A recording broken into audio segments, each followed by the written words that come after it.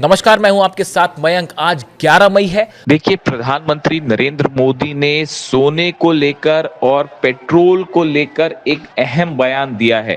प्रधानमंत्री मोदी ने हैदराबाद में एक सभा के दौरान ये बात कही। उन्होंने लोगों से अपील करते हुए कहा कि आने वाले 1 साल तक आप सोना ना खरीदें।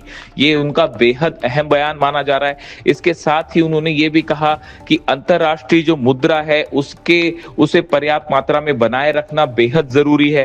साथ ही उन्होंने ये भी कहा कि ऑयल रिजर्व जो है देश का, इसकी रक्षा करना भी जरूरी है।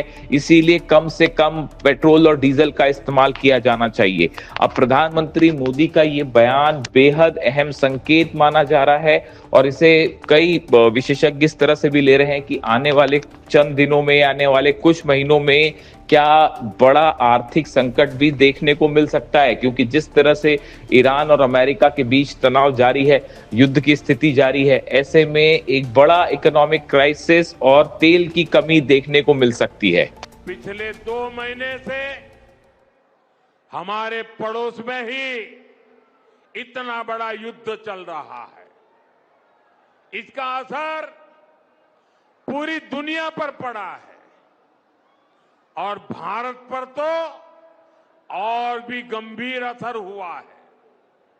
साथियों, भारत के पास बड़े बड़े तेल के कुएं नहीं है।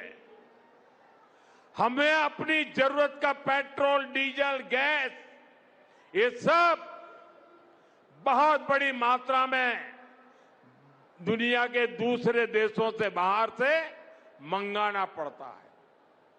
युद्ध की वजह से पूरी दुनिया में पेट्रोल, डीजल, गैस और फर्टिलाइजर के दाम बहुत अधिक बढ़ चुके हैं, आसमान को भी पार कर गए हैं। अड़ोस पड़ोस में देशों में क्या हाल है वो तो अखबारों में आता है। भारत सरकार इस युद्ध के पिछले 2 महीनों से देशवासियों को इस संकट से बचाने के लिए लगातार प्रयास कर रही है। नागरिकों पर बोझ न पड़े, इसके लिए सरकार सारा बोझ सरकार खुद अपने कंधे पर उठा रही है। लेकिन साथियों, जब सप्लाई चेन पर संकट लगातार बना रहे तो हम कितने भी उपाय कर लें, मुश्किलें बढ़ती ही जाती है। इसलिए अब देश को सर्वोपरि रखते हुए, मां भारती को सर्वोपरि रखते हुए हमें एकजुट होकर के लड़ना होगा। हमें याद रखना है, देश के लिए मरना ही सिर्फ देशभक्ति नहीं होती है। देश के लिए जीना और देश के प्रति अपने कर्तव्यों को निभाना, वो भी देशभक्ति होती है।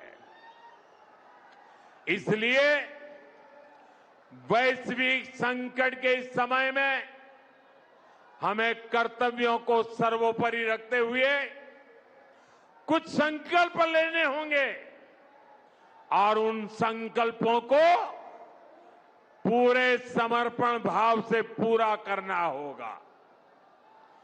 जैसे एक बड़ा संकल्प है पेट्रोल डीजल का संयम से इस्तेमाल करना।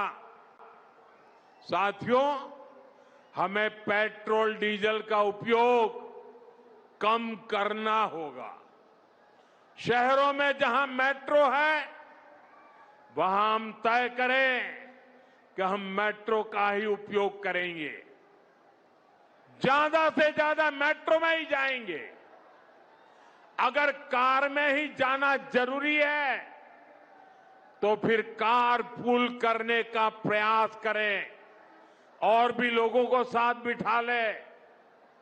अगर हमें कहीं सामान भेजना हो तो कोशिश करनी है कि वह ज्यादा से ज्यादा रेलवे गुड्स के जो ट्रेन होती है रेलवे की सर्विसेज से भेजे, ताकि इलेक्ट्रिक रेलवे होने के कारण पेट्रोल डीजल की जरूरत नहीं पड़ती है। जिन लोगों के पास इलेक्ट्रिक व्हीकल है वो भी कोशिश करें कि इलेक्ट्रिक व्हीकल का ज्यादा से ज्यादा उपयोग करें। साथियों, हमने कोरोना के समय में वर्क फ्रॉम होम की, ऑनलाइन मीटिंग्स की, वीडियो कॉन्फ्रेंस की, ऐसी अनेक व्यवस्थाएं विकसित की और हमें आदत भी हो गई थी। आज समय की मांग ऐसी है कि उन व्यवस्थाओं को हम फिर से शुरू करें तो वो देश हित में होगा। Work from home, online conferences, virtual meetings, इनको हमें फिर से प्राथमिकता देनी है।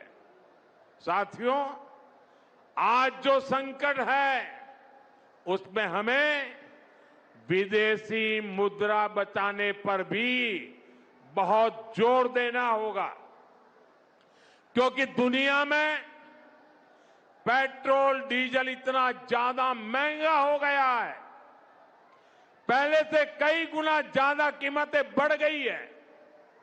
तो हम सबका दायित्व है कि पेट्रोल डीजल की खरीद पर जो विदेशी मुद्रा खर्च होती है, पेट्रोल डीजल बचाकर हमें वो मुद्रा भी बचानी है। इसके लिए हमारे छोटे छोटे प्रयास भी देश की बहुत मदद कर सकते हैं।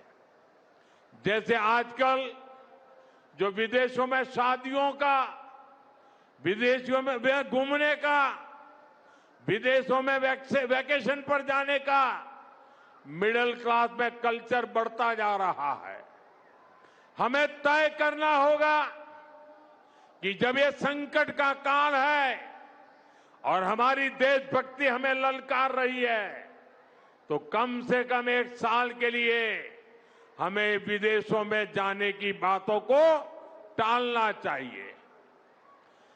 भारत में बहुत सारी जगह है, वहां हम जा सकते हैं। बहुत कुछ भारत में किया जा सकता है। इस बेटी को नीचे बिठाइए, उसे थक जाएगी। उस बेटी को बिठाइए। वो थैंक यू बेटा, थैंक यू। बैठिए, आप नीचे बैठिए।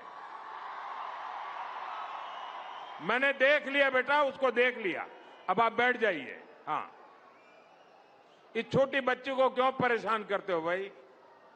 इन बच्चों को बैठने दीजिए प्लीज। बच्चों को परेशान मत कीजिए जी। साथियों, हमें विदेशी मुद्रा बचाने के जो भी रास्ते हम लोग अपना सकते हैं, हमें बचाना होगा। साथियों, गोल्ड यानी सोने की खरीद एक और पहलू है जिसमें विदेशी मुद्रा बहुत अधिक खर्च होती है। एक जमाना था जब संकट आता था, कोई युद्ध होता था, तो लोग देश हित में सोना दान दे देते थे। आज दान की जरूरत नहीं है, लेकिन देश हित में हमको ये तय करना पड़ेगा कि साल भर तक घर में कोई भी फंक्शन हो, कोई भी कार्यक्रम हो, हम सोने के गहने नहीं खरीदेंगे, सोना नहीं खरीदेंगे। विदेशी मुद्रा बचाने के लिए हमारी देशभक्ति हमें चुनौती दे रही है और हमें इस चुनौती को स्वीकार करते हुए विदेशी मुद्रा को बचाना होगा।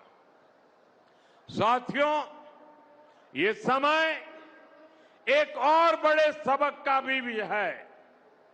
एक समय था जब हम कॉपर एक्सपोर्ट करते थे, लेकिन आज भारत के सामने स्थिति ऐसी बन गई कि अब हमें कॉपर को भी इंपोर्ट करना पड़ता है।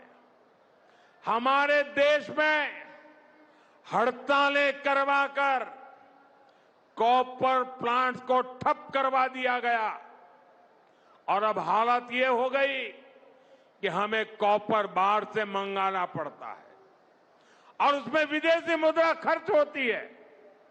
इसलिए मैं ऐसे सभी श्रमिक समूह मजदूर संगठनों से भी कहूंगा कि हमें ऐसी बातों का जरूर ध्यान रखना चाहिए।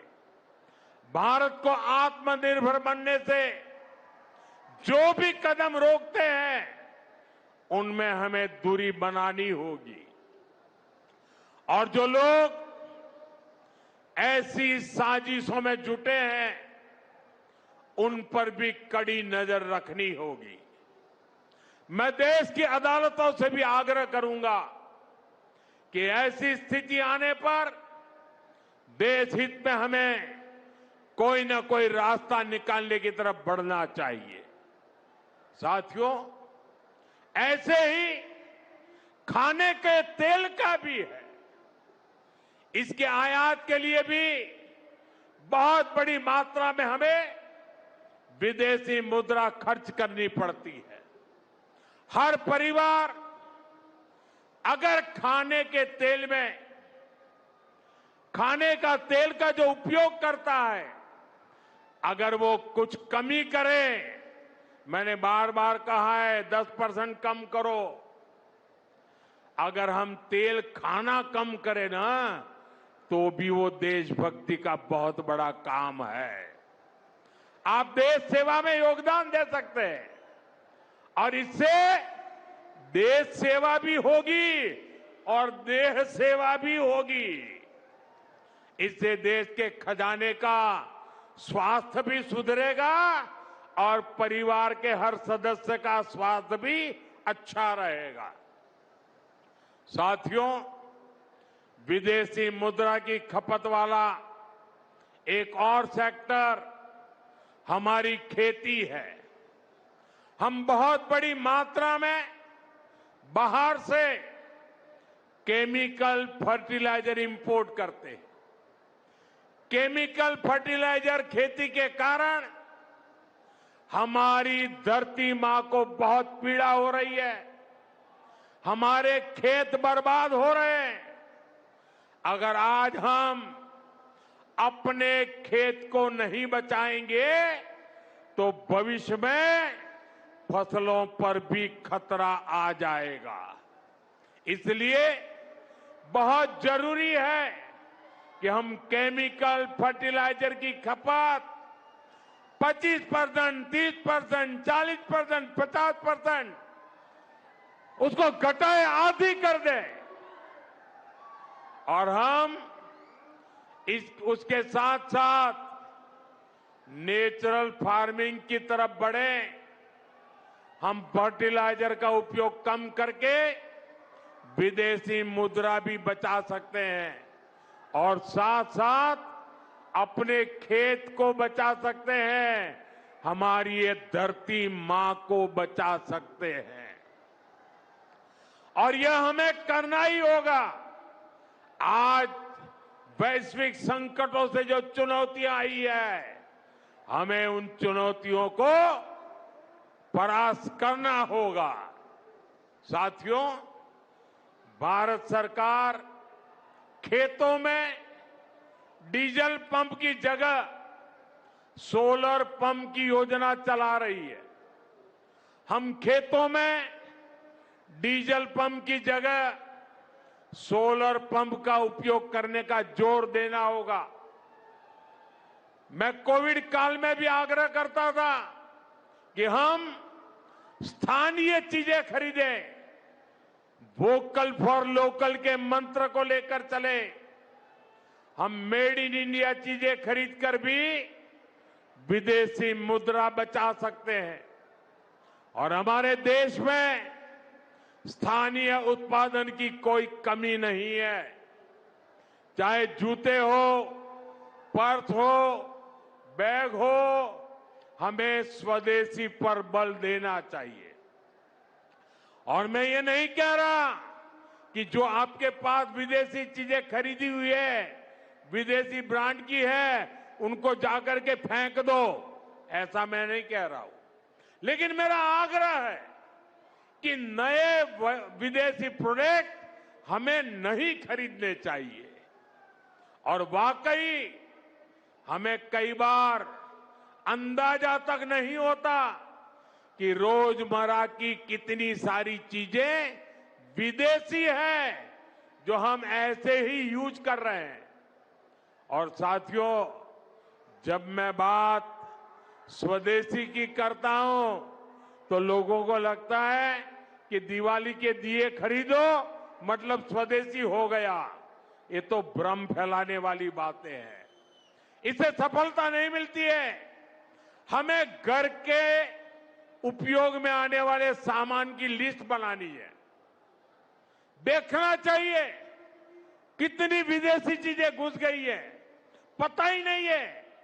कैंची हो, कंघी हो, छोटी छोटी चीजें, टूथपिन, टूथब्रश, कितना सारा सामान विदेश से हमारे घर में घुस गया है। फिर इस लिस्ट से हमें हो सके उतना जल्दी स्वदेशी में बदलना चाहिए। साथियों, ये बातें सिर्फ एक सरकार, एक दल, एक व्यक्ति की नहीं है। ये बीजेपी का भी मुद्दा नहीं है, ये देश का मुद्दा है। और इसके लिए हर नागरिक, हर राजनीतिक दल, हर सरकार, हर समाज, हर संगठन को संकल्पबद्ध होगा। मैं मीडिया के साथियों से भी देश हित में आगे आने के लिए आग्रह करूंगा। आइए देशभक्ति का भाव जगाएं और देश को जो वैश्विक संकट चल रहे हैं, देश उस संकटों का लाभ ले, परिस्थिति पे सवार हो जाए। ऐसा वातावरण बनाने के लिए हमें योगदान देना होगा और तभी जाकर के देश सफल होगा। ऐसे संकल्प जब हर नागरिक पूरी ईमानदारी से सिद्ध करेगा तो भारत हर संकट में जरूर विजयी होगा। साथियों, मुझे पूरा विश्वास है कि देश का हर नागरिक इसी संकल्प के साथ काम करेगा। साथियों, इतनी विशाल संख्या में आपका आना ये हवा का रुख दिखा रहा है, ये तेलंगाना का मिजाज दिखा रहा है। मैं एक बार फिर आप सभी का बहुत बहुत आभार व्यक्त करता हूं। मेरे साथ बोलिए, भारत माता की, भारत माता की, भारत माता की। वंदे वंदे वंदे वंदे वंदे वंदे।